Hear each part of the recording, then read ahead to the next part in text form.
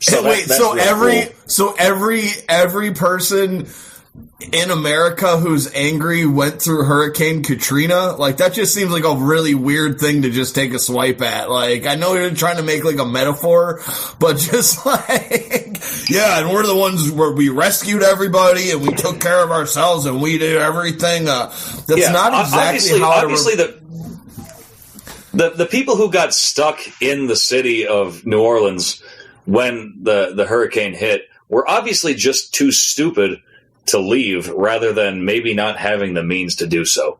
If only there were more angry men around to help these people. It's too bad, you know? Yeah, it really is too bad, isn't it?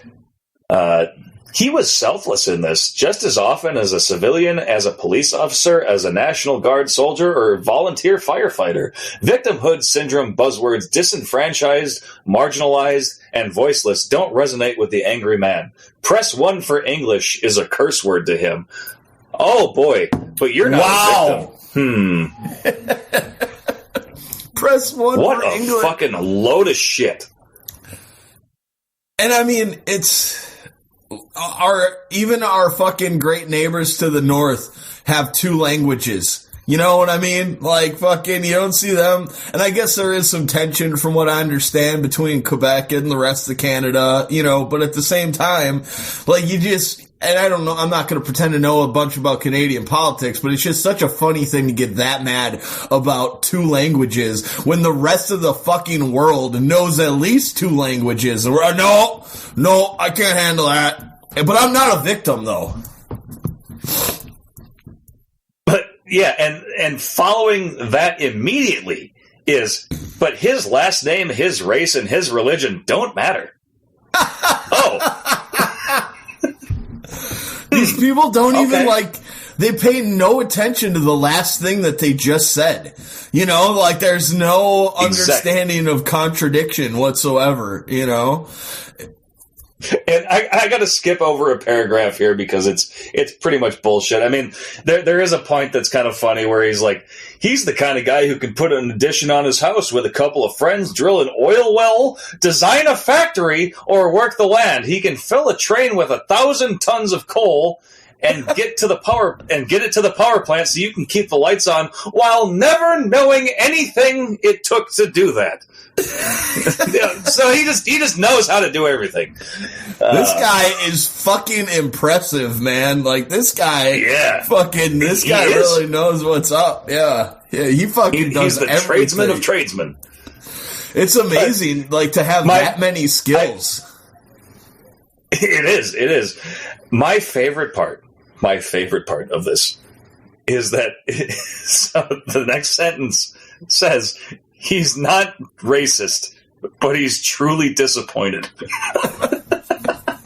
What does that even mean? It's like when your parents. It's like when your parents say like you fuck up and like, I'm not mad, I'm just disappointed. I'm not mad that you're black, I'm just disappointed. Like, Jesus fucking Christ. Yeah, like what is this? Those 2 things don't even coalesce. They're just too, like, why do you just throw in the quick, I'm not racist? But I'm like, this, well, what's the, I'm not racist, I'm just disappointed. First of all, if you have to say, I'm not racist, it means that you have an inclination that the shit you're saying is probably a little bit fucking racist. That you may be. And then, yeah, like how you put it, like, it does sound like they're making the disappointment being about people having a different race than them. I don't, how does that, who writes all that and goes, I got the perfect way to close this out. I'm not racist, I'm just fucking disappointed. What? It's like, it also reminds me, I saw this the other day on somebody's profile, and I just found it hilarious. It said, it was something like relationship status, or are you in a relationship? And I think it said probably not. And my reaction to that is if you're in a relationship. That's a rapist answer. Well, what I took it as is it's just no. Like, there's no probably not. It's like, and if there, it said probably. So if you're in a relationship or you've been seeing somebody and you're asked if you're in a relationship and you say probably not, that's just no. And if you say probably yes, it means that you are, but you're trying to figure out a way to cheat or something. That's such a stalker answer. Like, well, I've been seeing someone, but it's been through their window. You're so right. I didn't see it that way. I just thought it was like a stupid fucking thing to say, but that really, that's pretty fucking creepy, But actually, more even. Oh, go ahead. Go ahead. Well, I was going to change the topic. I was just going to finish this. I was just going to finish this up here. So, the angry man has reached his limit. When a social justice agitator goes on TV leading some rally for Black Lives Matter safe spaces or other such nonsense, he may bite his tongue, but he remembers. He remembers. When a child gets charged with carrying a concealed weapon for mistakenly bringing a penknife to school, when does that happen? He takes note of who the local idiots are in our education and law enforcement systems. When government officials are repeatedly caught red-handed breaking the law and get off scot-free, the angry man balls up his fists and readies himself for the coming fight.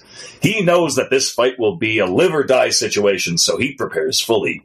Make no mistake, this is a fight in which he will not be willing to lose, and he will never give up. Obama calls him a clinger. Hillary calls him deplorable. Bill calls him a redneck.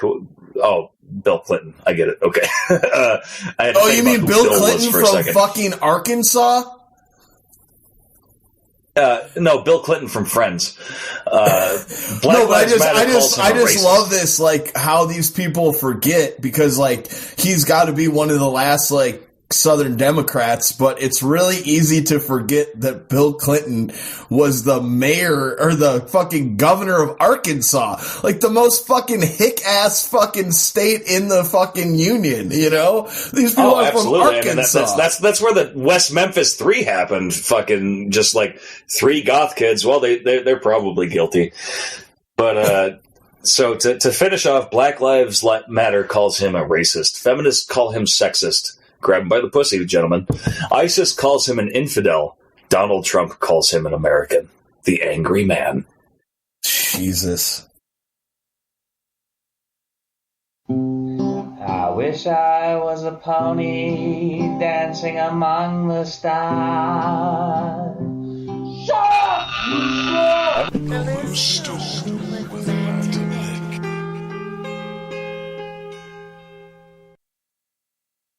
Well, you got one for the road?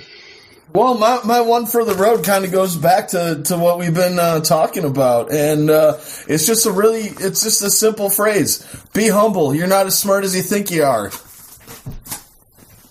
Don't take yourself too seriously. I agree. Well, all right, everybody. Well, thank you once again for joining us on the Loose Stool podcast with Matt and Nick. I've been Matt. He's been Nick. Check us out in the bar clothes. Oh, sorry, Matt. You go ahead with the whole. Indeed, yeah. If you want to follow us into our next program, I'm gonna get high. We get a little loose. We're both gonna get high as fuck, and it's a little loose. I'm whispering to you right now. It gets a little loose. We might even say some swear words. You could even call it the looser stool. Well, that's just straight water, man. But anyway, if you'd like to follow us on social media, you can follow us at Loose Stool Pod on Twitter.